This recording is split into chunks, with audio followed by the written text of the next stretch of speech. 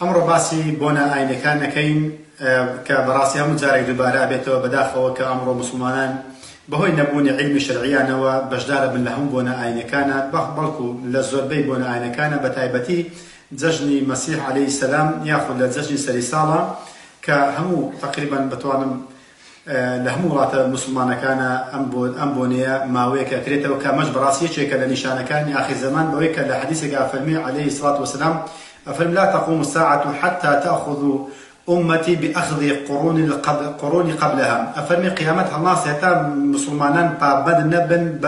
ببون آينكاني دينكاني تلا وتمان يا رسول الله الصحابة كان أفرمي وتمان يا رسول الله اليهود والنصارى قال فمن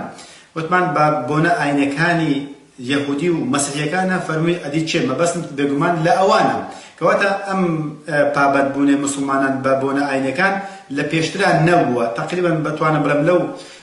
15-20 ساڵە یاخود ئەو پەڕی زیاتر بۆ 30-40 ساڵی ڕابردوو ئەگەڕێتەوە ئەگەر نە هەتا ئەو 1400 ساڵی تێپەڕی مسلمانان قەت لەو بۆنەیە بەشدار نەبوونە نە بە وشە نە بە کردار بەڵکو ئێستا ڕۆژ لە دوای ڕۆژ ساڵ لە دوای ساڵ زیاتر خۆیان ئەڕازێننەوە بە بۆنە ئاینەکانی ترەکە بێگومان ئەمەش هەڕەشەی خوای گەورە لەسەرە چونکە ئەوان لەو ڕۆژەدا بۆنە ئەکەنەوە بەو ناوەی کە عەلە ئەساس عیسا عەلەیهی سەلام لەم ڕۆژە لەدایک بووە وەکو کوڕی خوای گەورە لەدایک بووە کە ئەمەش پێچەوانەی قل هو الله ئەحەد کە مەڵێ خوای گەورە یەکە ئەوان ئەڵێن چی خوای گەورە ئەفەرمێ کە ئەوان وتیان چی لقد كفر الذين قالوا إن الله ثالث ثلاثة بێگومان کافر بوون مەسیحیەکان بەوەی کە وتیان خوای گەورە سیانە ئەوان لەم ڕۆژەدا ڕۆژی عیساکەنەوە وەکو کوڕی خوای گەورە کە مەش بێگومان ئەمە شرکی ئەکبەڕە شرکی گەورەیە هەر کەسێک ئەم بیکاتن ئەو کەسە مەسیحی بێت یان موسڵمان بێت بەوەی کە پیرۆزبایی بکات لەم ڕۆژەدا لەوان بەوەی کە عەلە ئەساس کوڕی خوای گەورە لەدایک بووە نعوذ بالله یان ئەوەتە بەشدار بێت بە کردار هیچ فەرقی نییە چ بە زمان چ بە کردار بەشدار بێت بێگومان ئەمە کفر و شرکێکی یەکجار گەورەیە نابێ موسڵمانان ئەم سیفەتە ناشرینیان تابێ هەرچەندە ئەمەش بەڕاستی کە چاندنی یەکێک لە نیشانەکانی ئاخر زەمانە لە خۆیدا بێگومان ئەبێ دوورکەوینەوە لەم کردارەماندا بۆی کە قیامەت لەسەر ئێمە هەڵنەستێتن وەکە گەڕاینەوە لای خوای گەورەش ئەو هەڕەشەی کە لەوانی کردووە بەر ئێمەش نەکەوێت بەهۆی بەشداربوونماندا بە زمان یان بە کردار چونکە خوای گەورە فەرمی ئەگەر بێت و واز لەم کردارە نێنن کە بڵێن خوای گەورە سیانە ئەفەرمێ چی ئەفەرمێ لەیەمەسەنە الذین کەفەڕوا منهم عەذاب ئەلیم بێگومان ئەمانە عەزابێکی یەکجار بە ئێشێنەر و گەورەیان ئەدەم بەوەی ئەڵێ کە خوای گەورە سیانە کەواتە ئەمە شرکی ئەکبەڕە ئەبێ ئینسان لێ دوورکەوێتەوە و ئەم بەشدار نەبوونەتە نیشانەی ئەوە نییە کە تۆ ئیماندارێکی خراپی مسلمانێکی خراپی بەڵکو ئەمە حدودی خوای گەورە تێدا ئەبەزێنرێت لەبەر ئەوەی ئێمە بەشدار نابین ئەگەر نا ئێمە لەسەرمان واجب بکراوە لەسەرمان پێویست کراوە کە ئێمە بە جوانترین ڕەوشت ڕەفتار بکەن لەگەڵ هەموو خەڵکە ئەم خەڵکە دیندار بێت یان کافر بێت مەسیحی بێت یان یەهودی بێت زەردەشتی بێت یان یەزیدی بێت هەر کەسێک بێت ئێمە لە ڕووی مرۆڤایەتیەوە موساعدەیان ئەکەین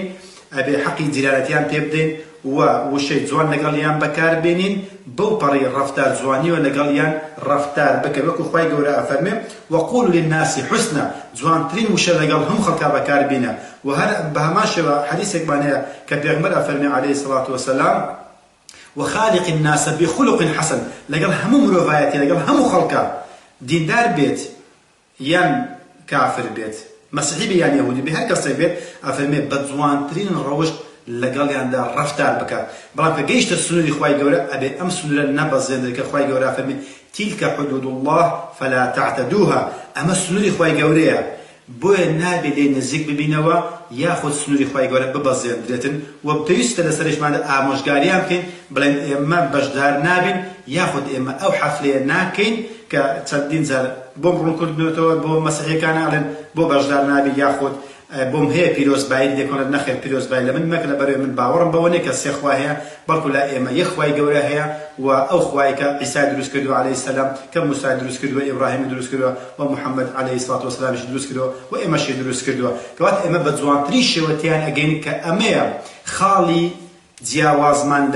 لە نێوان ئێمە و ئەواندا و هەموو دینەکانی تر بەوەی کە ئێمە موحیدین یەکتاپەرستین یەک خواپەرستین نەک سێ خوای گەورە ئەدی مادەم کە وایە ئەمە هەموو ڕۆژ ئەڵێن قل هو الله ئەحد ئەدی چۆن لە بۆنەیەکە بەشدار ئەبین کە ئەڵێن ئەمان سێ خوای گەورەیە کە ئەمڕۆ کە یاخود با بڵێن 25 مانگ کە على الأساس 25 دوازدە کە کوڕی خوای گەورە لەدایک بۆ نەعوذ بالله کە بگومان ئەمە کفرێکی گەورەیە بۆ ئینسان ئیماندار ئەبێ زۆر ئاگادار بێ زۆر هۆشیار بێتن نە بە وشە بەشدار بێت لەگەڵیاندا پیرۆزبایان لێ بکە چونکە پیرۆزبایکردن بە وشە یعنی بەڵێ ئەو سوزدە و ڕکوعە و ئەو سەنەمەی کە ئەیپەرستن ئەو ڕسم و هەیکەلانی مەریەم هەڵتان واسی و عەلەیها سەلام یاخود عیسا عەلەیهی سەلام هەڵتان واسی و بەڵێ ڕاستە بۆیە پیرۆزبایتان لێ یەکەم ئەو مەشروبانێک کە ئەیخۆنەوە پیرۆزبایتان لێ یەکەم ئەو سوزدە و ڕکوعانێک کە بۆ غەیری خوای گەورە ئەیبەن بەڵێ پیرۆزبایتان لێ یەکەم یاخود بەشدارە